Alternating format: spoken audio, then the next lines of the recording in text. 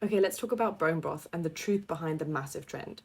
Ever since I can remember, I have frequently wandered into the kitchen to find my mum pottering about while a pan simmers happily on the stove, giving off a very comforting chickeny smell. My mum has always made stock from the leftover bones of a roast dinner, and I never really thought anything of it until I myself did a proper cooking course during my gap year. We were taught how to poach a chicken, a whole chicken, and to create this magical, nourishing, and delicious liquid, which could be used then for endless different recipes from risotto to soup to chicken pie. It was when I moved to Cape Town and fancied myself a bit of a hipster that I started making stock or bone broth more regularly.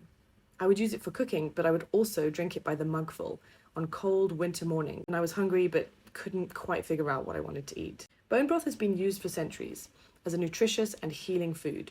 Once man learned to cook with fire during the Paleolithic era, they were making it.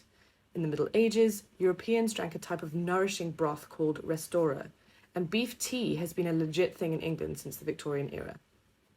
By definition, it's a liquid made by simmering bones, often from chicken, beef, or fish, along with vegetables, spices, and sometimes vinegar or lemon juice.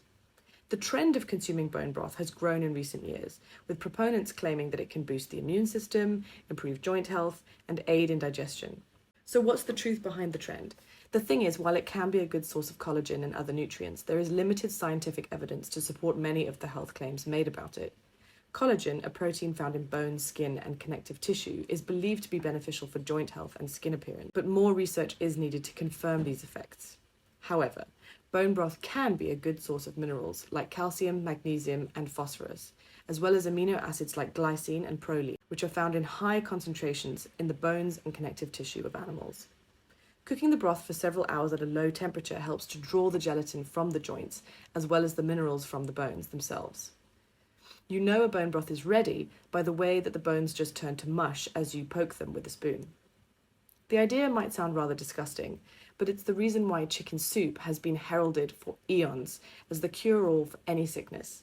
It's super comforting, healthy, and tasty, and a great way to reduce your food waste. I'm one of those people who will ask if I can keep the carcass after a roast dinner so that I can go home and make my little witch's brew with it. So why make your own rather than buy packet or gel stock or broth at the shop? Homemade stock or broth is made with high quality ingredients and seasoning that you control, especially if you use the bones of organic grass-fed chicken and beef where possible, meaning that you can avoid the high levels of sodium and preservatives that are found in store-bought versions.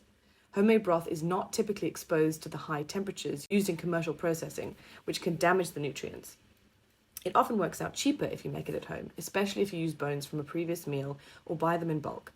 I make bone broth probably once a week, and I use it for soups and pies and sauces, but I also just drink it sometimes. Just add a little bit of extra spice and reheat it. If you've simmered your broth or your stock for a really long time, you'll find that when it cools, it turns to jelly, and sometimes you can see the separation of fat and gelatin. This is actually really good because it shows that you've taken a lot of the gelatin out of the bones. Once you reheat it, it will return to liquid, so it's nothing to worry about if it looks like jelly.